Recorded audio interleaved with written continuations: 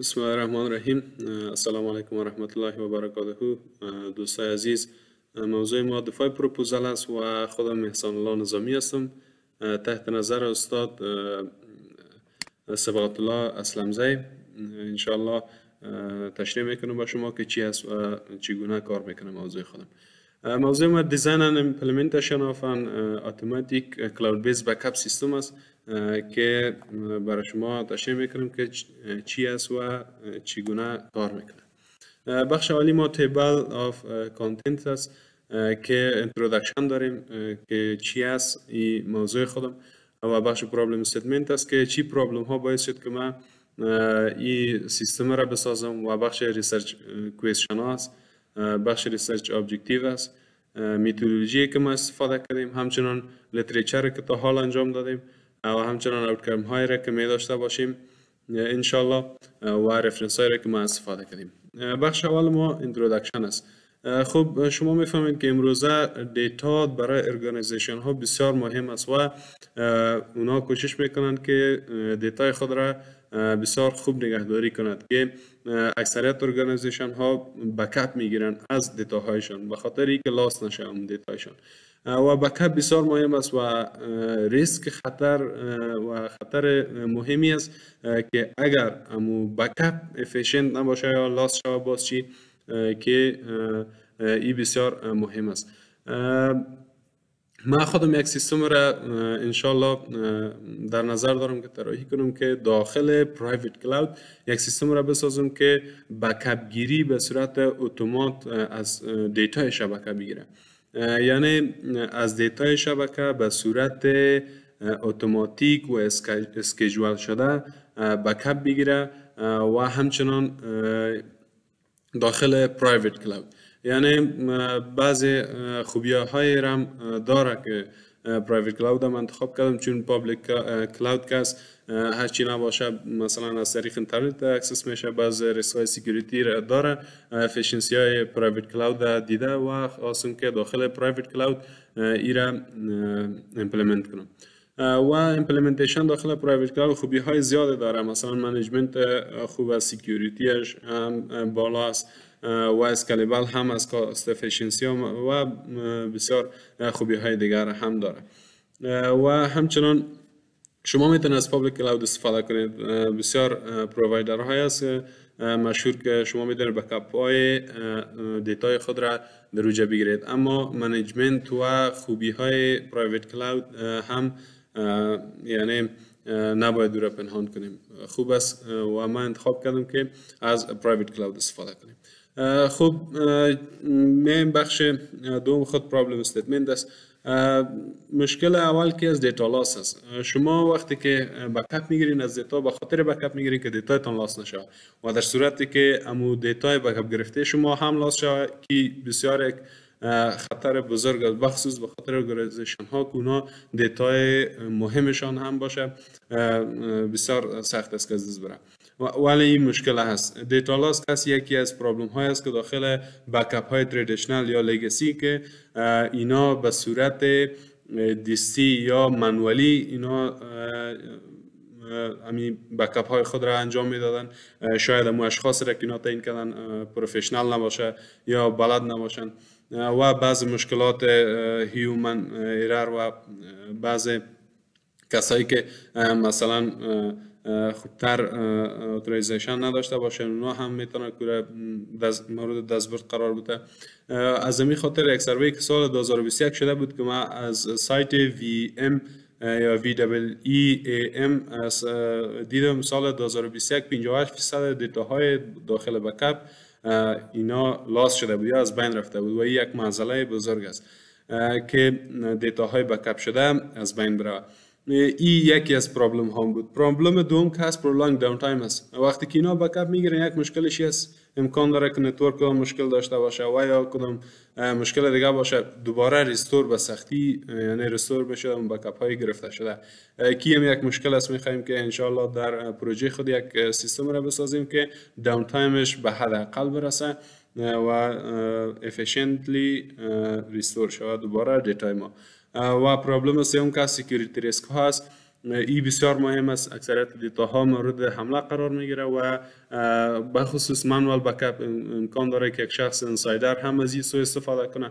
از این خاطر بعض استراتژی های قدیمی هم است که ریسک دیتا را زیاد میکنه و همچنان خوب است که اتوماتیک باشه و همچنان به صورت انکریپت شده که من به خاطر از این انشالله برای شما میگم که چی استراتژی های را مد نظر دارم. بخش ریسرچ کوئسشن های خودم است که مین کوئسشن ما است که چطور بتانیم که یک بکاپ سیستم اتومات را بسازیم و هم داخل پرایوت کلاود که هم دیزاین شد و هم امپلمنت شد. و سب کوئسشن های ما است که چطور همی اتوماتیک ساختن بکاپ را انجام بدیم. یکی از اهداف ما است که چطور بتونیم که بکاپ را به صورت منوال و همچنان اسکیجول شده بگیریم از داخل شبکه خود. و دوم کس هدف ما است که چطور بتونیم یک پرایوت کلاود انفراستراکچرش بسازیم و او را بسیار به صورت افکتیولی بتونیم که منیج کنیم که این هم یک از اهداف ما است. و همچنان هدف سوم کس بخش سکیوریتی یا انکریپشن تکنیک های خود دیتا است که چطور بتونیم در زمانی که دیتا را بکاپ میگیریم و همچنان در زمان بکاپ گرفته شده آن را چطور بتونیم که انکریپت کنیم تا از کسایی که اتورایز نیستن جلوگیری کنیم که اونا ریسک برای دیتای ما ایجاد نکنن. بخش ریسرچ ابجکتیو ما است که ابجکتیو اول ما این است که چطور بتانیم که ابجکتیو ما است که باید ما یعنی یک هم دیزاین و هم امپلمنتیشن یک اتوماتیک بکاپ بسازیم داخل پرایوت کلاود ما و دی باید سکیوریتی هم مد نظر گرفته شود. همچنان چطور افیشنتلی دوباره رستور هم بتانیم که این هم مهم است وقتی که دیتا بکاپ گرفته شد دوباره هم رستور را بتانیم. و بخش ابجکتیوهای فرعی ما اولی است که باید یک بکاپ سیستم به صورت اتومات شده چطور بسازیم که اسکیجول شده باشه و همچنان بدون ای که منوال اینترونشن باشه. هدف دوم است که چطور بکاپ را که ما میگیریم به صورت اتومات داخل یک پرایوت کلاود ذخیره کنیم و او را منیجمنت کنیم. این هم یکی از اهداف ماست. و سوم که است چطور انتگریت کنیم بعض تکنیک های و همچنان تولز های انکریپشن به خاطر سکیوریتی دیتا ما. و بخش دو متدولوژی ما است که ما کدام متد استفاده میکنم. ما از دیزاین ساینس ریسرچ استفاده میکنم. این متدولوژی مشهور است که اکثریت شما شنیدین دربارش و به خاطر دیولپ کردن پروژه ها و یا امور ریسرچ های پرکتیکال استفاده میشه اکثریت بخصوص برای پروژه هایی که جدیدن شما میخواین که او را امپلمنت کنین. مثلا از خودم به صورت ابتدایی میخوایم داخل یک سرور و یا یک پرایوت کلاود بسازم و داخل از او امی سیستم بکاپ بسازم. می همش از بیس است، هم امپلمنتیشن داره هم دیزاین داره و این مناسب ترین متدولوژی بود که من خواستم استفاده کنم. 6 استپ داره. استپ اولش پرابلم ایدنتیفیکیشن است که پرابلم هایی را که ما ایدنتیفای کردیم و موتیویشن است که ای قبلا هم برای شما گفتم در بخش پرابلم استیتمنت بعضشان که عبارت از امو inefficient backup سیستم ها است که امو قدیمی یا لگاسی هستند دیگه تردیشنال قدر یعنی خوب نیستن و همچنان با اتومات سازی این هم یک مشکل است که شاید یک نفر یادش بره که امو دیتا خود بکاپ بگیره و یا هم انسان از اشتباهات انسانی دو رخ بده. منوال بودن از خوب است که ما ایره منوال بسازیم و همچنان یک مشکلش امی پرابلمی است که سکیوریتی دیتای ماست و همچنان یک مشکل دیگه منیجمنت است که داخل پرایوت کلاود شما بهتر و خوبتر میتونید سروجایتان منیجمنت کنید، همچنان میتونید اسکیلبل یا بیشتر بسازین امی سروجای خودتان. بخش دوم که از دیفاین ابجکتیو است که اهداف خودم میخوایم بعد از اینکه مشکلات مشخص شد نظر به مشکلات اهداف خودم مشخص میکنیم. هدف ما این است که باید یک بکاپ سیستم بسازم که هم یعنی اتومات باشه هم افیشنت باشه و اسکیلبل هم باشه و همچنان سکیور باشه که بدون اینکه مورد دستبرد انسان ها قرار بگیره، یعنی مانوال اینترونشن نداشته باشه از کسایی که پروفشنال نیستن. و بخش سوم که از دیزاین دیولپمنت است، این بخش مهم است و بیشتر وقت هم میگیره. و دیزاین دیولپمنت که است، ما اول دیزاین میکنیم میره و بعد از او ایمپلمنت میکنیم. انشالله اگر شد کوشش میکنم که یکی از سرورهایی که داخل دیتا سنتر کامپیوتر ساینس است استفاده کنم و انفراستراکچر پرایوت کلاود خود روی ازو بسازم. بخش چهارم از این است دیمونستریشن است که بعض امی فانکشنالیتی هایی که برای شما ذکر کردم اینا را باید وقتی که ایمپلمنت شد یک تست کنم، کنترل شود داخل همون محیط و همچنان ای که درست کار میتونم اتومات سازی از یا نمیتونم، انکریپشنش چی رقم است میشه نمیشه. و بخش پنجم که ایولوشن است، بعد از تکمیل کار و دیمونستریشن پرفورمنسش و ای که افیشنت دوباره رستور میشه، بکاپ ما یا نمیشه، ریلایبل است نیست، همه این ارزیابی میکنیم که آیا درست است یا نیست. و در آخر کمیونیکیشن است، یقین خودم که ثابت شد از کسایی که وارد رشتهشان است و همچنان از اساتید گرامیم و همچنان استاد راهنماییم، انشالله که کمیونیکیشن میکنیم که کدام کامنت داشته باشن و یا کدام مشکل را که اونا دیدن انشالله باز کامنت بتن و حل شد. بخش دیگر لیتریچر ریویو است. لیتریچر ریویو ما ای است که شما میفهمید که بخش کلاود بکاپ است. فعلا در دنیا امروزی کلاود در همه جا، نه تنها بخش بکاپ بسیار مشهور است و اکثریت ارگانیزیشن ها استفاده میکنند، هم پابلیک هم پرایوت و بیشترشان از هایبرید استفاده میکنند.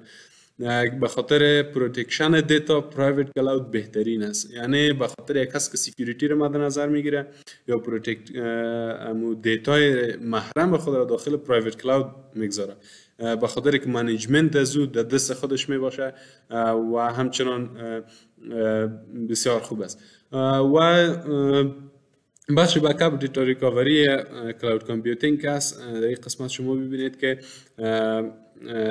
زیاد مشهور است بخش کلاود، بخصوص استوریج کلاود. شما میتونید از پرووایدرهای پابلیک مثل آمازون و دیگه هم استفاده کنید و دیتایتان را بکاپ بگیرید. اما در کل میگم این مقاله که از توسط پلاکا سال 2022 نشر شده بود، هم از پرایوت کلاود و هم از پابلیک کلاود، بیشتر درباره پابلیک کلاود گرفته بود، چطور میتونه شما در کلاود کامپیوتینگ می بکاپ یا دیزاستر ریکاوری خود چی کنید انجام بدید، که بسیار استراتژی های مهم را اشاره کرده بود که به خاطر ارگانایزیشن ها استفاده میشد که بکاپ هایشان از دست نره. بخش دیگه که از یک هندی است که سال 2015 امی در یکی از جورنال ها انتشار رفته بود مقالش، این تکنیک ها و همچنان بخش استراتژی ها و همچنان میتود های مثل فول بکاپ، اینکریمنتال و دیفرنشیال و غیرها، این طریقه و میتود های بکاپ در کلاود نام برده بود و همچنان چطور بتونیم یک اویلیبل استراتژی بکاپ بسازیم، ایره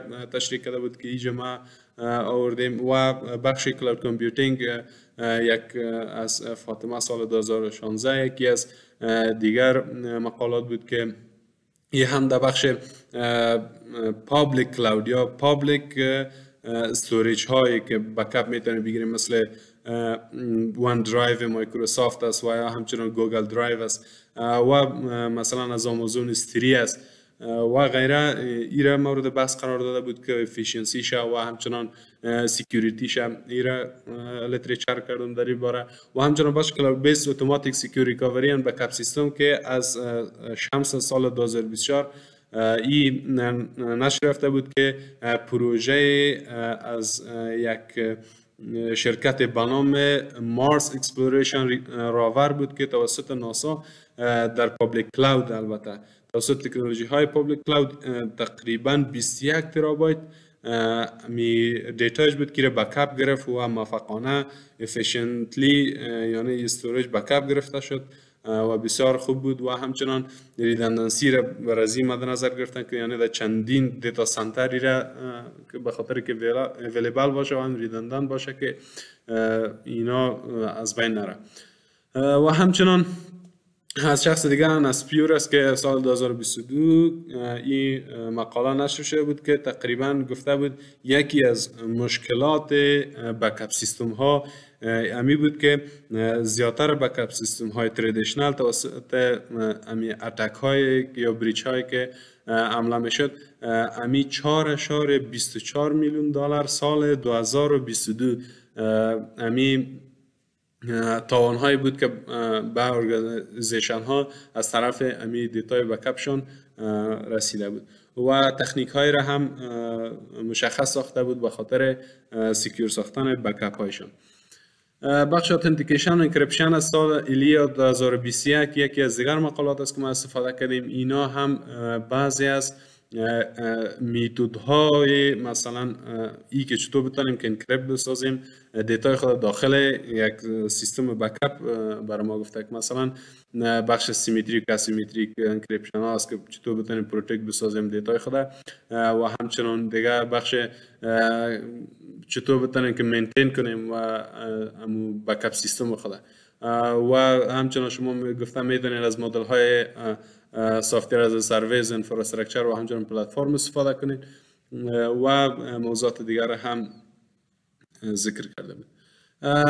و قسمت بعدی ما expected outcomes است که outcome های را که ما می داشته باشیم انشالله بعد از اینکه تکمیل شد پروژه ما. اول کس باید سیستم بکاپ اتوماتیک باشه، یعنی بکاپ ما اتوماتیک باشه و اسکیجول شده و به صورت اتومات یا روزمره یا هر قسم کس باید اتومات بکاپ بگیره و همچنان اسکیجول شده باشه و اینتگریتی دیتا که چنج نشوه یعنی اتنتیکیت شوه این هم مهم است و دیگه کس بخش اسکیلبل استوریج است.